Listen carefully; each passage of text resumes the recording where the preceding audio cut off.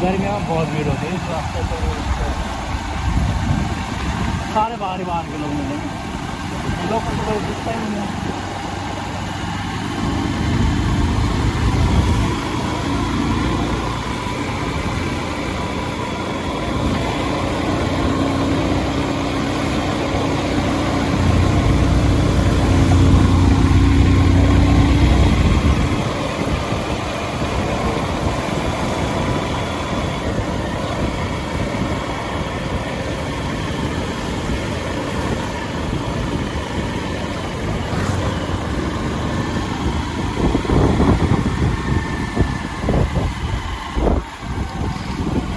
गाड़ी का टायर